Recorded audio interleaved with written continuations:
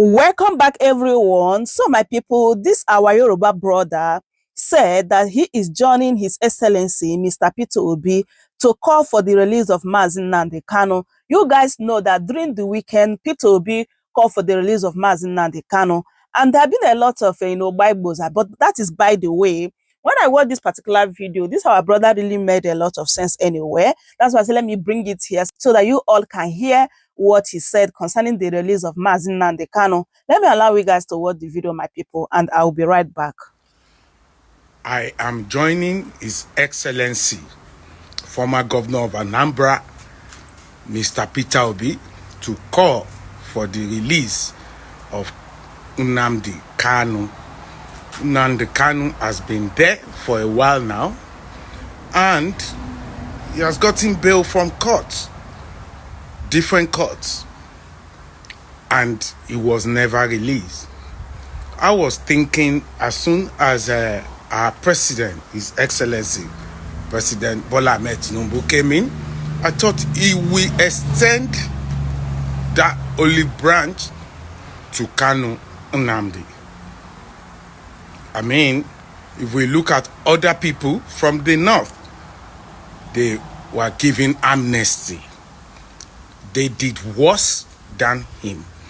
And I believe if they release Kanu Nnamdi, there will be peace in the southeast. There will be a lot of peace. You'll be able to control the boys. Because if you see all the crimes that are going on in the southeast, they are saying it's because their leader is in detention. I believe that's a smart way to reduce what is going on in the southeast. So I'm joining him to call for the release of Nnamdi Kanu. Make I no lie to you.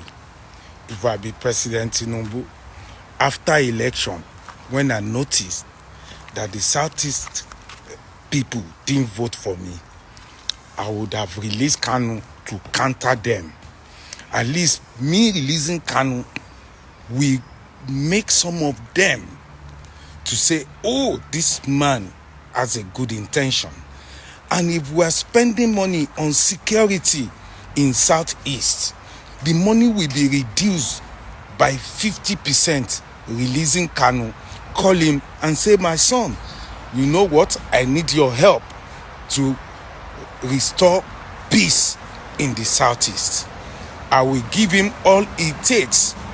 If President Goodluck Ebele Jonathan can give contract to Tompolo to have peace in the Niger Delta, if you can say, yeah, Tompolo, you make sure our oil installations are safe and people are not stealing our oil, why can't we do the same in the Southeast? The Southeastern people couldn't go home now for years because of insecurity. You can simply use one sledgehammer, wow, to stop this insecurity by releasing Nnamdi Kanu.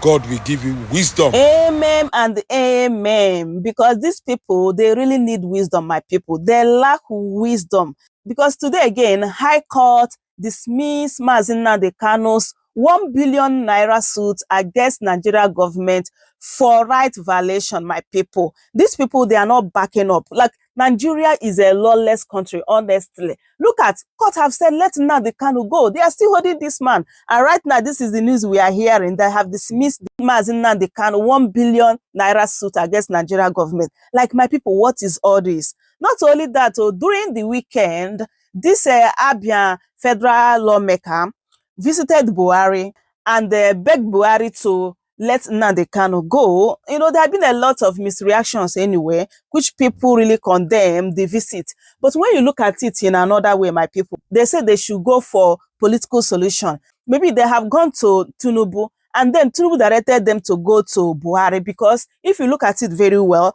the reason why Nnamdi Kanu is still in DSS custody today is because of Buhari. So maybe that is the direction Tinubu gave to them. You never can tell. So while we are blaming them, we should be very, very careful as well. So my people, let me allow you guys so that you can hear what RUFAI OSENI from Arise Television said concerning all this matter, especially the visit this Abia lawmaker visited, as well as what Peter Obi said concerning the release of Nnamdi Kanu. Abia State lawmaker Obi Agwocha over the weekend sought the support of former President Muhammadu Buhari for the release of the detained leader of the indigenous peoples of Biafra, Nnamdi Kanu. Agwocha, who visited Buhari at his home in Daura, Katsina State, apologized on behalf of Kanu for his missteps and ill gestures, adding that a political resolution would address the concerns of the aggrieved parties and promote unity within the country. His plea comes as up to 50 members of the House of Representatives who identify themselves as concerned federal lawmakers for peace and security in the Southeast asked President Bola Ahmed Tinubu to direct the Attorney General of the Federation, Lateef Fagbemi, to invoke Section 174 of the 1999 Constitution to release the IPOB leader. Well, Peter Obi has also called on the federal government to release Nnamdi Kanu, citing the court rulings that granted him bail. Obi spoke to journalists at his home in Onitsha on Sunday. He described Nigeria as being on the brink of failure and emphasized the importance of upholding the rule of law. I don't see anything why his continued detention, quite frankly, especially as the law, the courts have granted him bail. Government must obey the law. Rule of law is an intrinsic asset that we must cherish and live with. And I've said I'm going to discuss with every agitator. And I use the same opportunity to play to government to ensure that all those who are in similar conditions are released and discussed with. We're a democratic government. We shouldn't be doing things that are arbitrary. All those who are being held because of, say, NSAS protests and everything, or because of freedom of speech or journalists, should please be released immediately. Well, all right. I mean, this is a very important call. We are a democratic nation, RUFAI. But let me take this story so that you can discuss both. In the meantime, reactions have trailed the purported plans by the federal government to implement 4 national budgets concurrently, as disclosed by a civic tech organization, Budget. The organization, in a post on X over the weekend, stated that it is worrisome that the federal government is drafting a 2024 supplementary budget to be implemented alongside the 2023 approved budget, the 2023 supplementary budget, and the 2024 approved budget, further describing the 4 budgets at once an unprecedented anomaly. While the presidential candidate of the Labour Party in the 2023 elections, Peter Obi, reacting to the news, condemned the federal government in a post on X, stating that operating multiple budgets concurrently amounted to a blatant disregard for fiscal responsibility, transparency, and accountability. His tweet reads in part, "This intentionally reckless action will lead to frivolous items in the approved budgets competing with essential projects for limited resources, further exacerbating the suffering of the Nigerian people. It indicates that the leaders are out of touch with reality and lack the competence to manage our nation's finances effectively.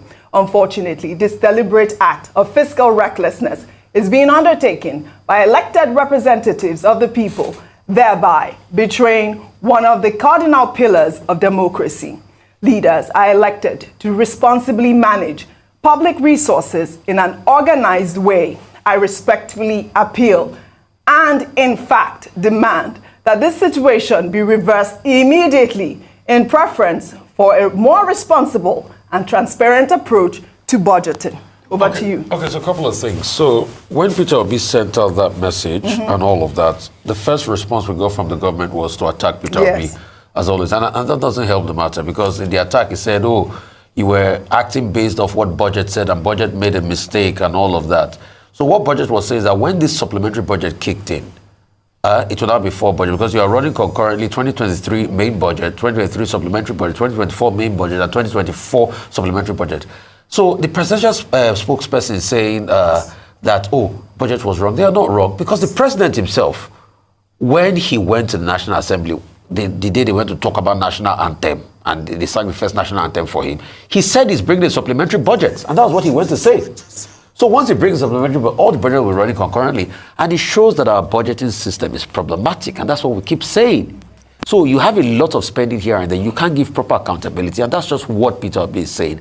And please, the government must be able to clarify as regards all of this. You know, that idea of having budgets and having supplementary budget, we must also learn to spend within our means because most of this money we don't even have. And also, when you look at the fact that we're already quickly exceeding our borrowing quota, look at it now. Our debt to GDP ratio has passed the 50% mark. The World Bank is saying this 55% mark. ECOWAS, obviously, we know there are a lot of bunch of big borrowers on the West African and only countries like Senegal, I think Ghana before used to be, I don't know, goodness me, all of them over the 60% mark. Yes, only because Nigeria used to be very prudent with its borrowing before, but all of a sudden, and that's why Dr. Bati said compare things now with the time of Jonathan. The Jonathan we were abusing then was still a lot more prudent. As regards Peter Obi, there's nothing that's been said that we've not seen. A political solution. And please. You mean as regards Nnamdi Kanu? Nnamdi Kanu, yeah, yes. Talking about Peter Obi. Peter Obi talking about Nnamdi Kanu. The court has ruled. Yes, the federal government went back to court to be able to get a variation and all of that. The truth has to be said. It's a political solution that will solve all of this. The thing I want to ask the federal government of Nigeria is, it's not, when we talk about agitation, it's not only about Nnamdi Kanu. Every party said they want to leave the country. Look at the Yoruba Nation protesters that came recently that said they wanted the Yoruba Nation, that they did a display in Ibadan. Yeah. The Abiola's alleged Abiola's wife or Abiola's wife. So every party is talking. And why do people talk about agitation? Because things are not working well in this country. There's economic quagmire, there's a lot of political problems, there's a lot of insecurity in the country. So the government should fix all of this, reach for political solutions. And I know the government is being sensitive because, in the past they will say, with Nnamdi Kanu fleet bail and all of that. But now he's ready to talk. He said he's ready to talk many times. Let's seek a political solution and let's move forward. We can't allow this insecurity to continue in the parts of the country. So my people, like a lot of people are now coming out to ask Tinubu to let Nnamdi Kanu go. But Tinubu still keep adamant. Maybe they love the insecurity that is going on in the Southeast because Nnamdi Kanu have already said it. If he come out from that DSS custody, anything insecurity in the Southeast will disappear. And these people know that this is the solution and they're still holding him, my people, which means they love whatever that is going on in the Southeast. And we know that we have many politicians that are benefiting from this Nnamdi Kanu detention. Yes, my people. So it is high time for Tinubu to let Nnamdi Kanu go if truly that he wants anything insecurity in the Southeast to stop. Yes, my people, please leave your thought in the comment section. What do you think about what RUFAI said here, as well as our Yoruba brother that said if he is Tinubu, that he will let Nnamdi Kanu go. So leave your thought in the comment section. And please, if today is your first time, don't forget to subscribe, like, and share. Thank you everyone for watching, and I will see you guys in my next one. Goodbye for now.